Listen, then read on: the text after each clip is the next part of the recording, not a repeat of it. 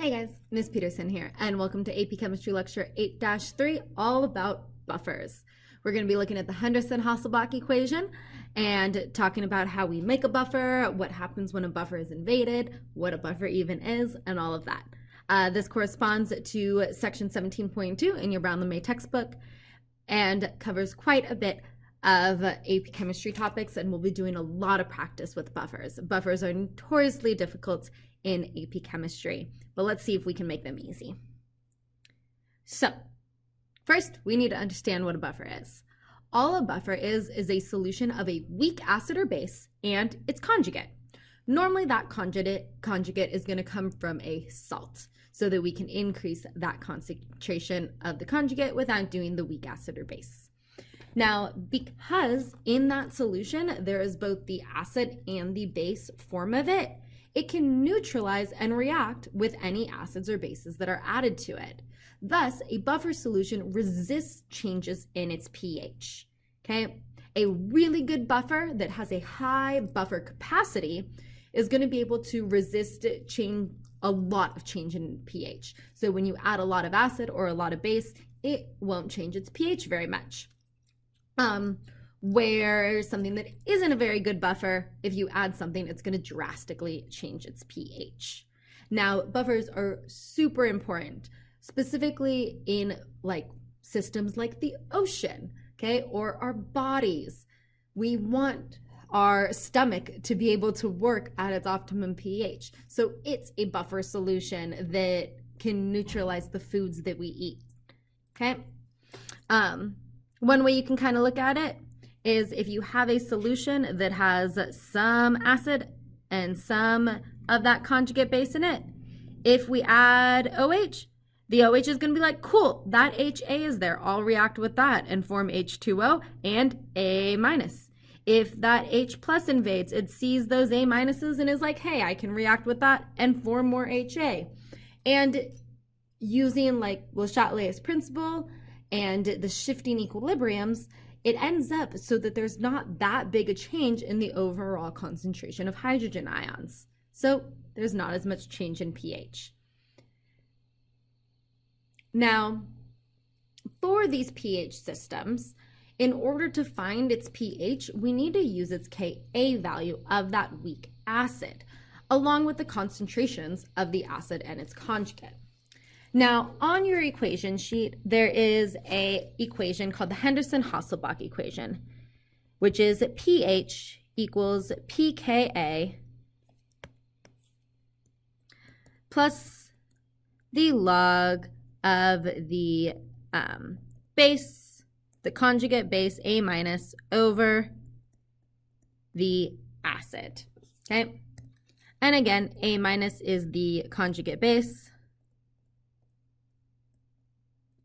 and HA is our acid. Now, this formula is super useful, and it's really easy to understand where it comes from, okay? This comes from just the equilibrium expression. If we picture the equilibrium expression for a simple acid reaction, we'll have the concentration of H plus times that concentration of A minus over the concentration of HA. Now, I'm going to rearrange this to solve for the concentration of that H plus. So I will have Ka times the concentration of HA over A minus equals the concentration of H plus. With me so far? Okay, so now I'm going to take the negative log of both sides.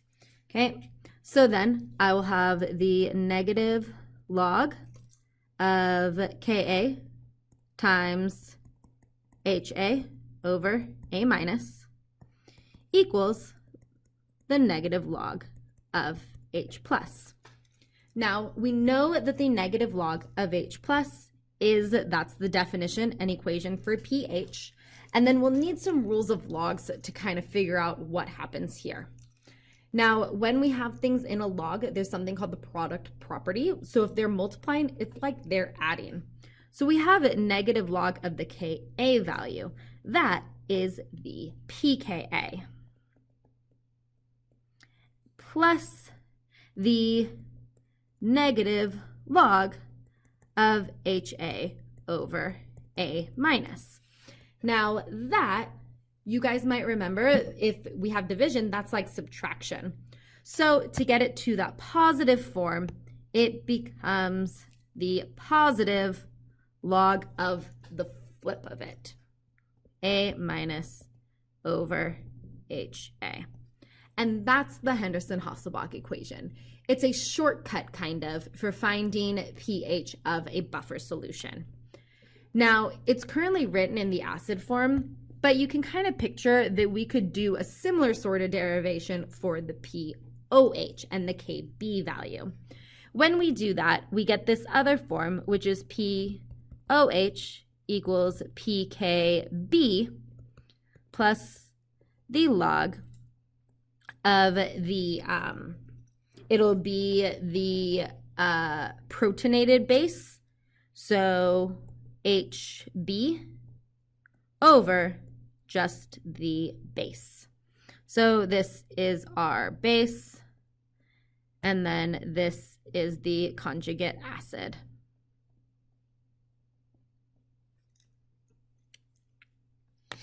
And the pOH form of this equation, is that one on your equation sheet? Let me go ahead and check that real quick so I can tell you.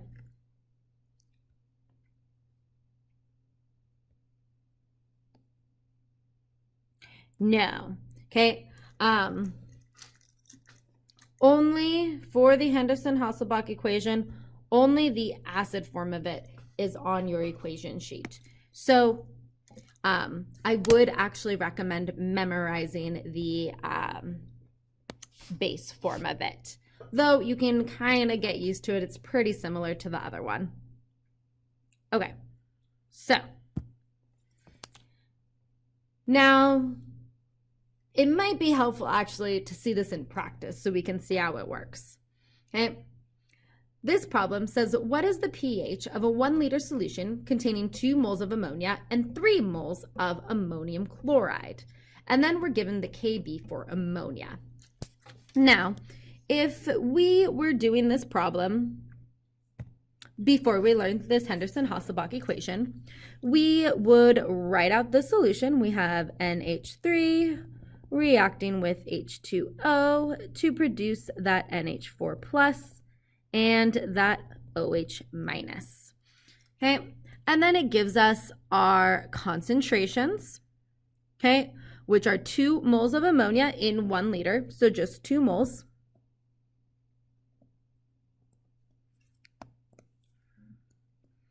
And 3 moles of the ammonium chloride. Now, ammonium chloride is a salt, so it's going to give us the ammonium ion. Okay, and we ignore water. We're doing basically a rice table here. Now, for simplicity, we're just going to look at that forward reaction, so we will have that change. Now, I do recognize that actually the reaction will go the opposite direction because of that small Kb value. So you could think of this as minus X, which reacting with our hydroxide from water, it would have to react with X molecules of hydroxide, making our equilibrium conditions 2.00 plus X and 3.00 minus X. However, for this, we are going to have to assume that X is very small. So we'll just go with those initial concentrations. They are pretty high, so the odds that they're going to be changed in this shift aren't that likely. So the next step is to use that Kb expression. So we have our NH4 plus times the OH minus. Remember that water doesn't get included, over NH3. Okay. If we then plug in our values, I'm just going to substitute it in here. We have 1.81 times 10 to the negative 5. NH4 plus is that 3 molar. OH minus is X, and the NH3 is the 2. Okay, so then we algebra it out, okay, and we're going to end up with X equals that Kb value times the concentration of that NH4 plus over the NH3.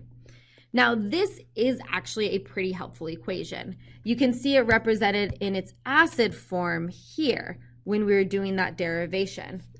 Now, sometimes we can just use this equation. Some teachers teach it that way, where we just use that one. However, it's not on the equation sheet. It requires an extra step to get to pH. So I will most often use the Henderson-Hasselbalch, but it is kind of cool to see that that is another option. There are multiple ways to solve these types of problems. But anyways, when we solve that out, we have 1.81 times 10 to the negative 5 times 2 divided by 3. And we get X, which is our concentration of hydroxide, as 1.21 times 10 to the negative 5th molar. Okay, so then to get to pH, okay, we have OH, so then our POH will be 10 to the negative 1.21 times 10 to the negative 5. Oh, sorry, wrong equation. Sometimes I still do that. Negative log of 1.21 times 10 to the negative 5, which will give us 4.918. Therefore, our pH value is 14 minus that POH, which is 9.082. Okay, so one way to get that pH using the equilibrium expression. Okay, or we could use the Henderson-Hasselbach formula. Okay, and to do that, we just have the equation POH equals pH, equals pKb plus the log of the base over, or the conjugate acid of the base over the base, which for this one, it would be our NH4 plus on top there and our NH3 on the bottom. So we can plug in our values. POH equals the negative log of 1.81 times 10 to the negative 5 plus the log of 3.00 over 2.00. We plug that all into our calculator. Negative log of 1.81 times 10 to the negative 5. That is 4.742 for our pKb plus the log of 3 over 2. And we get a POH of, what do you know, 4.918. Same as we got last time, which means our pH is 9.082. A little bit easier to use that method. At least I think so. But when in doubt, you can always default to your equilibrium expression and that method. So now that we see how to find the pH of a buffer that has the acid or base and its salt, okay, what happens when the buffer is invaded with a strong acid or base? Okay, because that's the point of a buffer, to resist changes in pH. So if we add a strong acid or a strong base to it, okay, well, then we need to change those concentrations. So let's see kind of what that looks like first. We're going to calculate the pH of a 0.5 liter buffer solution composed of 0.5 molar formic acid, which is H2CO2. We have its Ka value, and 0.7 molar sodium formate. NaHCO2 before and after adding 10 milliliters of 1 molar hydrochloric acid, a strong acid. Okay, so first let's start by writing that acid dissociation equation. For our Ka expression, we have the acid HCO2, and it is in equilibrium with HCO2 minus, that's the formate ion. You also see it represented here in the sodium formate, and H plus. Okay, there's our reaction. So first, let's go ahead and find the pH of the solution before we add the acid. Okay, let's go ahead and write the Ka to 1.8 times 10 to the negative 4. So I'm going to use the Henderson-Hasselbalch equation to find the pH. Okay, I will switch to green for it. So we have pH equals pKa. Let's just go ahead and find it over here because I think that's going to be easier. So then the pKa, P again just means negative log of 1.8 times 10 to the negative 4. That gives us the pKa of 3.74. So then the pH will be that pKa 3.74 plus log of the concentration of the acetate ion, okay, which is 0.70 over the concentration of the formic acid, which is 0.50. So we get a pH of 0.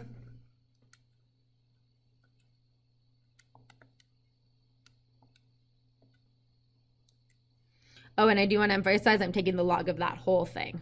So we get a pH of 3.89. Awesome. Okay. Now we need to find the pH. Okay. So this is the pH before the HCl is added. Okay. Now, after that HCl is added, what's going to happen?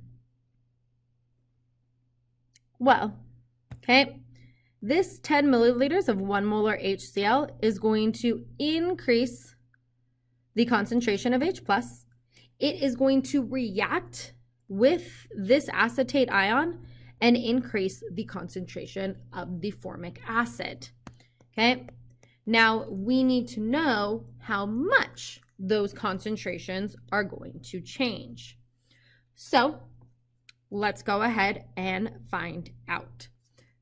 It's really important when doing these that we keep careful track of our concentrations.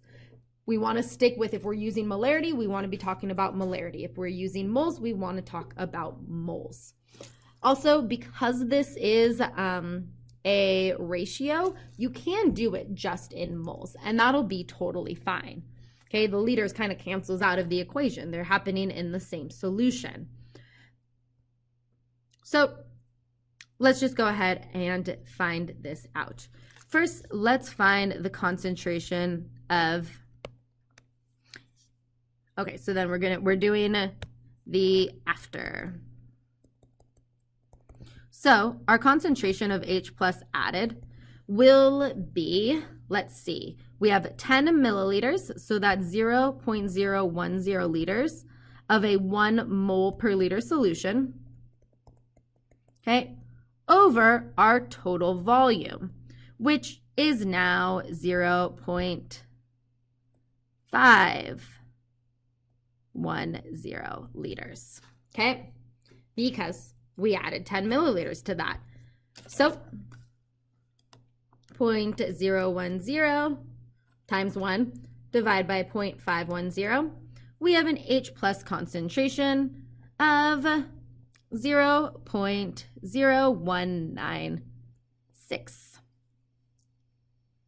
Okay, 0.0196 molar. We also will have new concentrations of our formic acid and our sodium formate.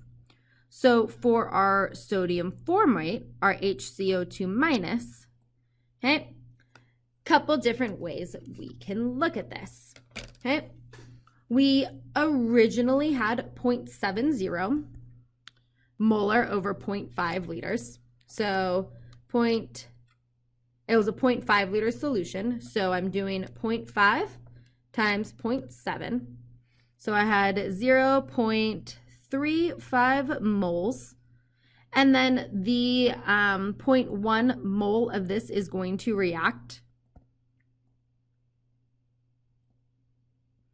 with that HCl, add a proton, so the concentration of that one's going to go down over that 0.510 liters.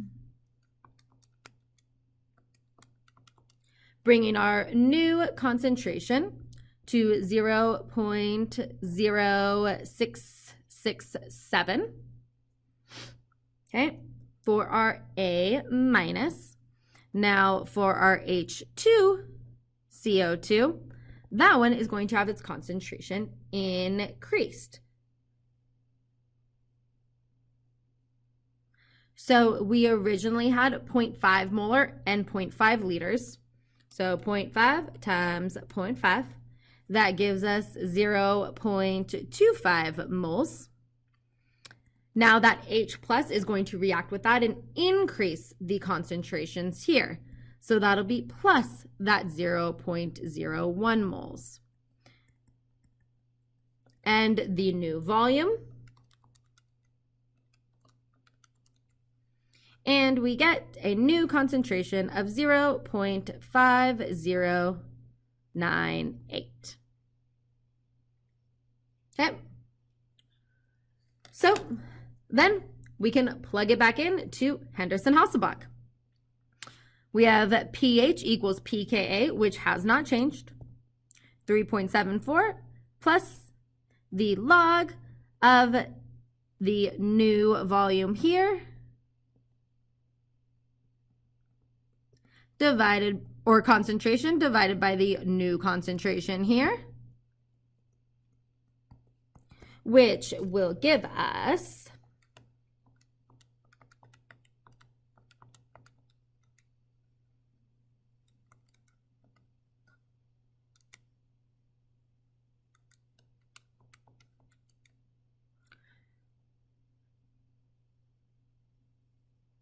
I messed up somewhere.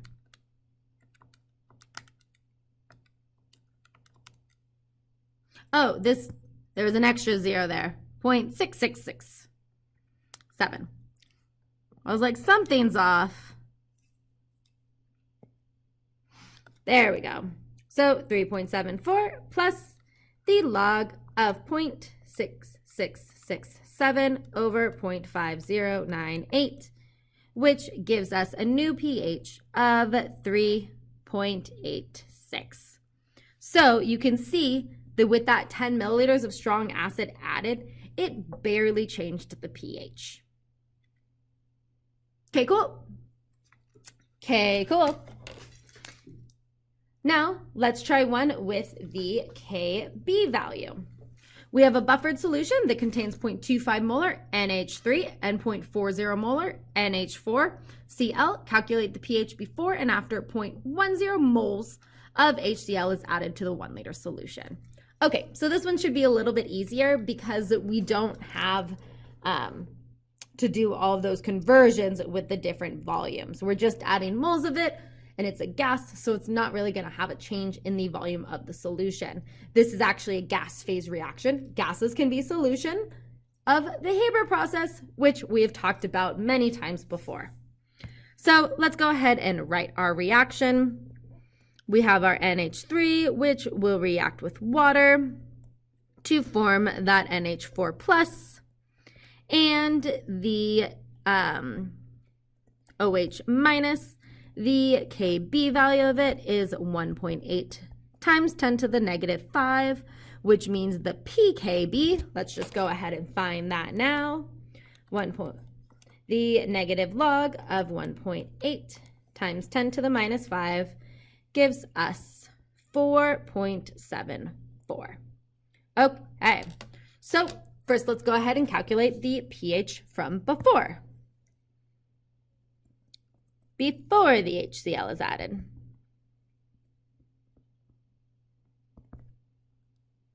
So our POH will equal 4.74 plus the log of the NH4 plus over the NH3, which they gave us those calculations. The NH4 plus is 0.040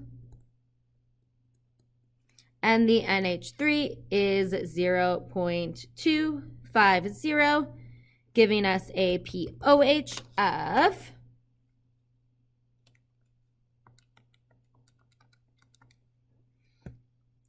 4.95, okay, which means a pH of 14 minus 4.95, which is 9.05.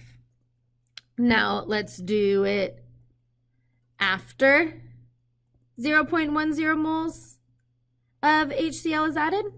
Now again, that 0.10 moles of HCl, it's a couple different ways you can think about it. It's going to decrease this concentration of the hydroxide and pull that reaction that way. Or you can think of it as it's going to react with this NH3 to form more of that NH4. Whichever way you look at it, it has the same effect, where the new concentration of the NH4 plus, that protonated form, will be 0.40 plus 0.1, so 0.50. And the new concentration of the NH3, well, it's going to react with that. So we have 0.25 minus 0.1, 0.15. Okay. And then we can plug it into Henderson-Hasselbalch. We have POH equals 4.74 plus log of 0.50 over 0.15, which gives us a POH of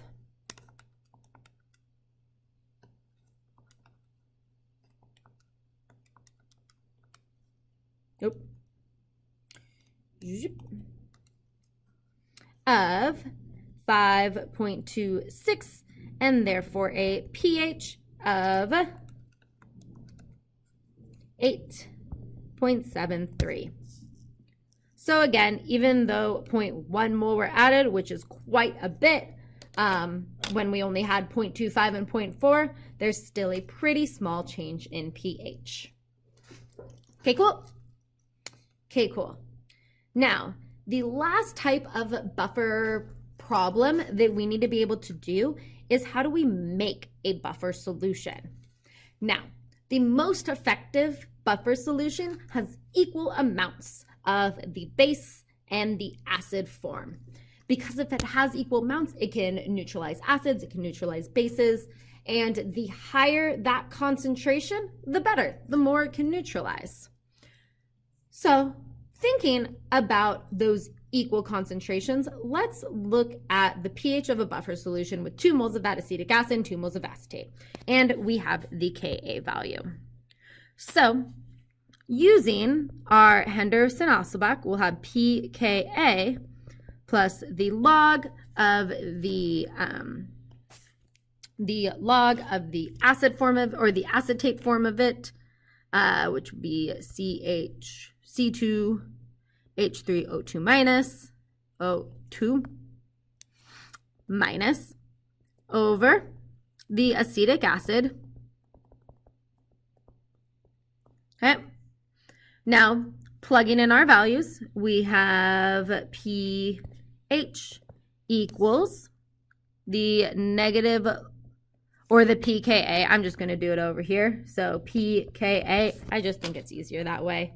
Negative log of 1.8. Why are all of them 1.8? I don't know. I think it's just because it's the 2 most common ones, acetic acid and ammonia. 4.74. So pH equals 4.74 plus the log of 0.20 over 0.20. That's the log of 1. What is the log of 1? Do you remember from math class? It's 0. Okay, the log of 1 is 0. So the pH equals 4.74, which is just the pKa value. Okay, so when the concentrations of acid and its conjugate base are equal, then the pH is going to equal the pKa. So when we are choosing which acid we're going to use to make a buffer, we want one whose pKa is closest to the pH we're trying to get. Then we can just slightly tweak those ratios to get it to the exact pH we want. Okay, so let's see it in practice. So using that acetic acid sodium acetate buffer, what ratio of acid to conjugate base will you need to maintain the pH at 5? Well, we already know the pKa for this one. It's from that previous problem. So our pKa is 4.74. So if we want to get our ratio, okay, let's go back to Henderson-Hasselbalch. We want the pH to be 5, so we have pH equals pKa plus log of the A minus, which will be the acetate, over the HA, which will be the acetic acid. So this is the HA, this is the A minus, just to make it easier for now. Okay, so let's go ahead and plug in those values. For pH, we wanted at a pH of 5.00 equals 4.74 plus log of A minus over HA. Okay, that's what we're looking for. So then we end up getting is 0.26, right? 5 minus answer. 255, so 26. I was just stretching out a bit. 26 equals the log of A minus over HA. So to undo the log, we take the 10 to both sides. So 10 to both sides, we'll cancel out the log there. And when we do 10 to the 0.26, we get 1.8 equals the ratio of A minus to HA. Therefore, for every 1 mole of acetic acid, okay, that's the HA, we need 1.8 moles of sodium acetate.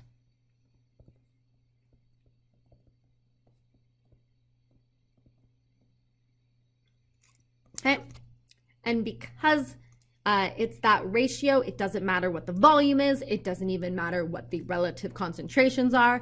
As long as the buffer has that 1 to 1.8 ratio, it will have a pH of 5. Okay, cool. Now, let's go ahead and look at this one. A chemist needs to prepare a buffer solution at pH of 4.3 and has access to the following acids and their conjugate soluble salts. We're going to calculate the ratio A to B for each system to yield a pH of 4.3 and decide which system works best. Now, before we do this, I'm going to go ahead and I'm going to find the pKa's for each of these acids. That'll give us a little hint to which one we think is going to work best. So I have the negative log of 1.35 times 10 to the negative 3. That is a pKa of 2.87. Okay. For the propanic acid, that is a pKa of 4.89. Okay, so that's kind of close. What about the benzoic acid? Ooh, that one has a pKa of 4.19. So it is probably going to be our best one. That's really close to our target pH. And the hypochlorous has a pKa of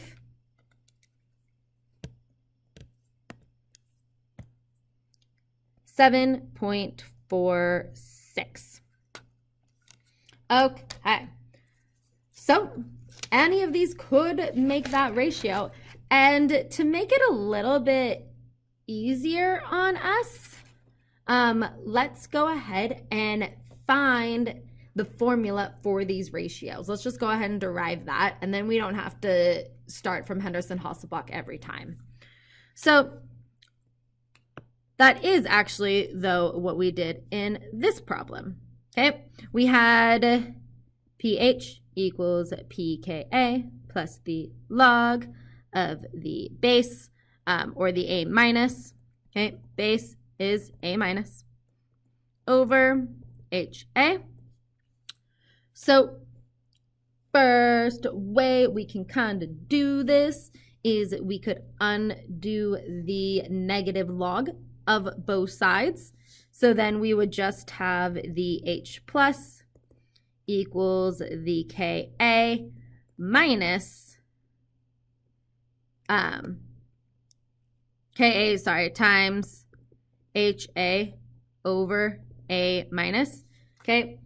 Again, this is just coming from when we derived that Henderson-Hasselbalch equation. Okay, that's this guy. Again, very convenient one.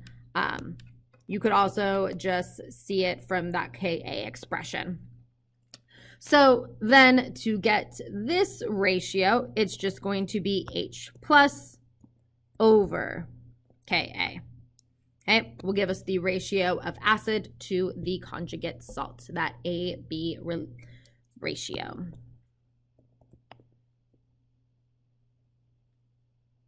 Okay, cool. Okay, cool. So doing that, let's go ahead and do it for each of them, starting with the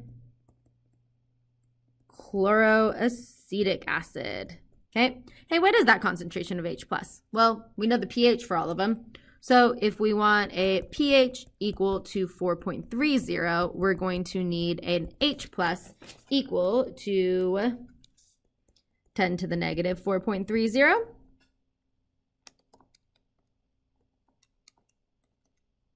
Which is 5.01 times 10 to the negative 5.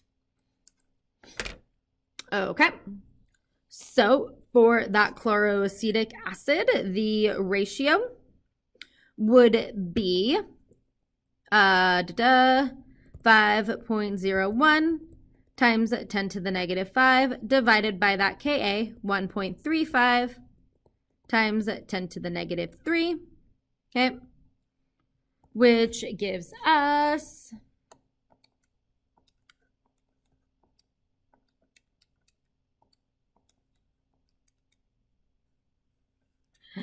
0.037. Okay. So for every 1 mole of the that base, we need 0.037 moles of the acid. Okay. For problem B, the propanoic, we would have 5.01 times 10 to the negative 5 divided by 1.3 times 10 to the negative 5, which gives us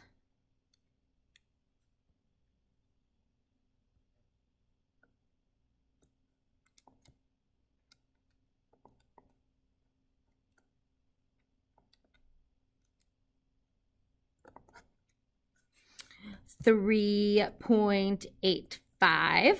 Okay, so for that one, because it's pKa is over our target pH, we would need more of the acid than the base. And then for C, the benzoic acid, we would have 5.01 times 10 to the negative 5 over 6.4 times 10 to the negative 5. And I like that it's just the same formula over and over. I'm just changing that part of it in my calculator. Okay, for that one, we get 0.78, which is closest to 1. And the closer to that ratio we are, the better. Because then it's going to have balanced it out and have a better buffer capacity. And for D, the hypochlorous acid, we would have that concentration of H+ that we want.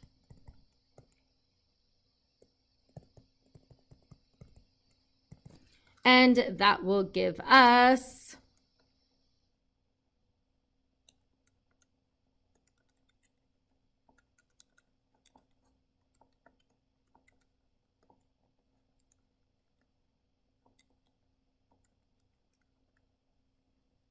1431. So a really big number. That one would probably not be a good buffer because we would have so few of that conjugate base.